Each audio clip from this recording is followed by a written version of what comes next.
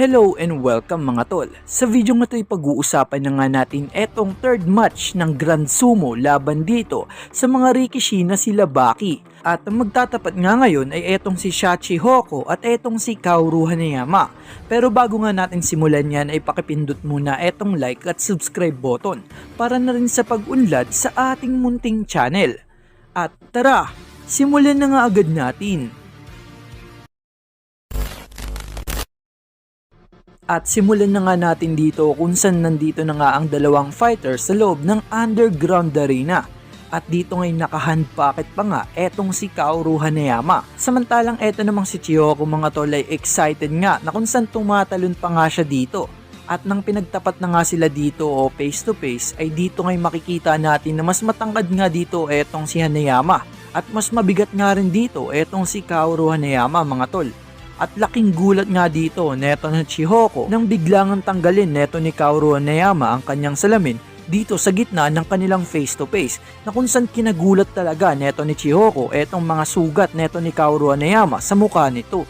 Na maski nga etong referee dito sa underground arena ay nagulat din dito sa mukha neto ni Kaoru Hanayama na kahit nga lagi itong nakakita ng mga hindi pangkaraniwang tao ay nagulat nga siya dito at ang reaksyon ng kanyang muka ay bahala ka na. At ang pakiramdam nga dito neto ni Chihoko nang paghiwalayin sila ng referee ay parang pinipilit nga daw siyang lumaban sa laban na hanggang kamatayan. At dito ngay natataranta na etong si Chihoko na kung saan kung ano-ano na nga ang kanyang iniisip.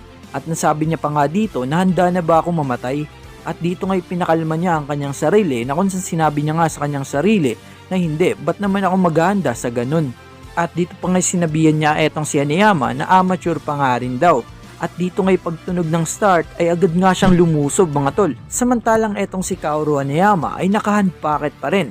Pero etong si Chihoko nga ay habang papalapit siya dito kay Kaoru Hanayama ay napapaisip nga siya na siya nga daw ba talaga etong tinatawag na brawling master. Pero baka nga talaga kasing lakas niya ang sinasabi nila. Pero yun lang naman siguro ang lakas para sa mga hindi talaga alam kung ano ang tunay na lakas. At nang papalapit na nga siya ay nagulat nga dito etong si Chihoko mga tol. Na kung saan may kakaiba nga daw napansin siyang ginawa etong si Kaoru Hanayama. Na kung saan tumalikod nga to sa kanya mga tol at maya maya pa'y bigla nga nag-blackout dito etong paningin neto ni Chihoko. At yun pala'y tinamaan siya ng isang napakalakas na suntok neto ni Kaoru Hanayama. At gulat na gulat nga dito etong mga nanonood sa underground arena.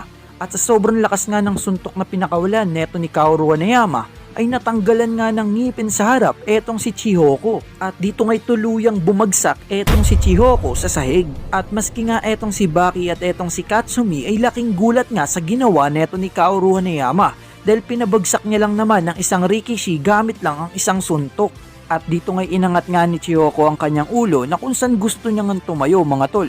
At dito ngay nang papatayo nga siya dahan-dahan ay etong si Kaoru Hanayama isang sipa na lang ay possible nga natapos na ang laban na to. Ngunit ang ginawa nga dito neto ni Kaoru Hanayama ay tumayo at inaantay niya nga tumayo etong si Chihoko sa kanilang laban. Sa sobrang lakas nga ng ginawang suntok neto ni Kaoru Hanayama ay hirap na hirap nga tumayo dito etong si Chihoko. At dito ngay makikita natin na halos nagilamos talaga sa dugo etong si Chihoko. At ang ekspresyon nga ng mukha dito neto ni Kaoru Hanayama na tumayo ka dyan, tapusin na natin to. Samantalang etong si Chihoko nga ay dumudugo nga ang kanyang ilong at bibig. At dito ngay nakatayo muli etong si Chihoko, ngunit ibang iba na nga siya from the start mga tol.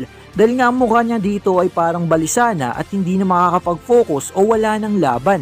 At dito ngay sinabi na etong si Kaoru Hanayama nga daw ay kayang magpabagsak ng isang Rikishi na handa nga daw tamaan gamit lang ang isang suntok. Pero hindi nga daw tumatatapos ng ganito lang. Hindi nga daw dahil hindi nga daw aalis etong si Chihoko nang hindi nga daw gumagante sa sarili niyang paraan. At dito nga na-realize netong chairman at netong former Yokozuna na Shinryu na etong binanggit nga sa kanila 4 years ago ay etong si Kaoru Hanayama. Na kung saan 4 years ago nga mga tol ay nabanggit pala ito neto ni Oyakata, ang former Oozeki. At dito ngay kinausap niya etong chairman at gusto niya ngang i-recruit dito ang isang high school student. At ang high school student nga na to ay tinapon lang naman siya mga tol gamit lang ang isang kamay. At hindi lang yon na kung saan nang tinayo nga siya neto ay dahan-dahan pa nga daw para lang hindi siya masaktan. At nang malaman nga ito neto ni Kinryu ay gustong gusto niya na nga tumamit na kung saan ang high school student na tumapon nga lang dito kay Oyakata. Ngunit sinabi nga dito bigla ng chairman na hindi na nga daw nila ito kukunin dahil nga daw dito sa mga peklat sa muka neto ni Kaoru Hanayama at pati na rin etong kanyang buong likod na punong-puno nga ng tato. At dito na nga'y bumalik sa fighting scene na kung saan etong si Kaoru Hanayama nga mga tol ay naka-fighting stance na. At dito nga'y napapaisip na lang etong si Kinryu kung what if nga daw ay napunta nga daw etong talent neto ni Kaoru Hanayama dito sa pagiging sumo. Gaano nga daw ba siya magiging kalakas na Rikishi at gaano kataas ang kanyang maaabot. At dito na nga'y bumalik ang scene kung saan naka-fighting stance na nga rin dito etong si Chihoko. At dito nga'y nag-aantay na lang kung sino nga ang unang aatake. At maya pa sabay nga silang umatake mga tol at dito nga'y nag-counter-attack etong si Chihoko. Na kung saan tinamaan niya nga dito sa baba etong si Kaoru Hanayama. At dito nga'y gigil na gigil etong si Chihoko na kung saan dalawang kamay pala ang pagtulak niya dito kay Kaoru Hanayama. Na kung saan napapatras na nga rin dito etong si Kaoru Hanayama mga tol. At dito nga'y nasagad niya etong si Hanayama sa dulo nga mga tol. At dito nga'y nagpaulan siya ng sobrang daming strike na kung saan tinamaan nga sa mukha etong si Kaoru Hanayama. Ngunit wala ngang response dito etong si Kaoru Hanayama mga tol. At dito nga'y napapaisip na etong mga taong nanonood sa Underground Arena kung kaya pa nga daw ba neto ni Kaoru Hanayama. Dahil nga wala talaga itong imik mga tol. At dito nga'y huminto na sa pagkatake etong si Chihoko mga tol. At dito nga'y sinabi niya kay Kaoru Hanayama na okay, ikaw naman. At ibuhos mo lahat ng makakaya mo. At dito nga'y seryoso nang tumingin etong si Kaoru Hanayama. Na kung saan hindi nga siya gumalaw kung ano nga ang fighting stance niya. At dito nga'y binabana neto ni Kaoru Hanayama etong kanyang dalawang kamay. At dito'y seryoso niya ngang tinignan etong si Chihoko. At maya pa'y bigla nga itong bumuelo mga tol na kung saan bigla nga siyang nagpakawala ng isang napakalakas na suntok. At dito nga'y sinalo nga ito neto ni Chihoko. At sa sobrang lakas nga ng suntok na to neto ni Hanayama ay tumagas nga uli ang dugo mula sa ilong neto ni Chihoko. At gulat na gulat nga ang mga nanonood dito sa Underground Arena. At dito nga'y napapaisip nga etong si Chihoko na kung saan nilalabanan niya nga etong kanyang pagbagsak at sinabi niya pa nga dito na ako mismo ang nagsabi na ikaw naman. Kaya naman hindi ako pwede bumagsak dito kahit nga kapalit pa neto ang aking buhay. At dito nga'y habang nilalabanan neto ni Chihoko etong kanyang pagkahilo sa suntok neto ni Kaoru Hanayama ay bigla nga itong sinundan neto ni Kaoru Hanayama ng isang napakalakas na uppercut. At dito nga'y sa sobrang lakas ng suntok na to ay nag-blackout na nga mga tol.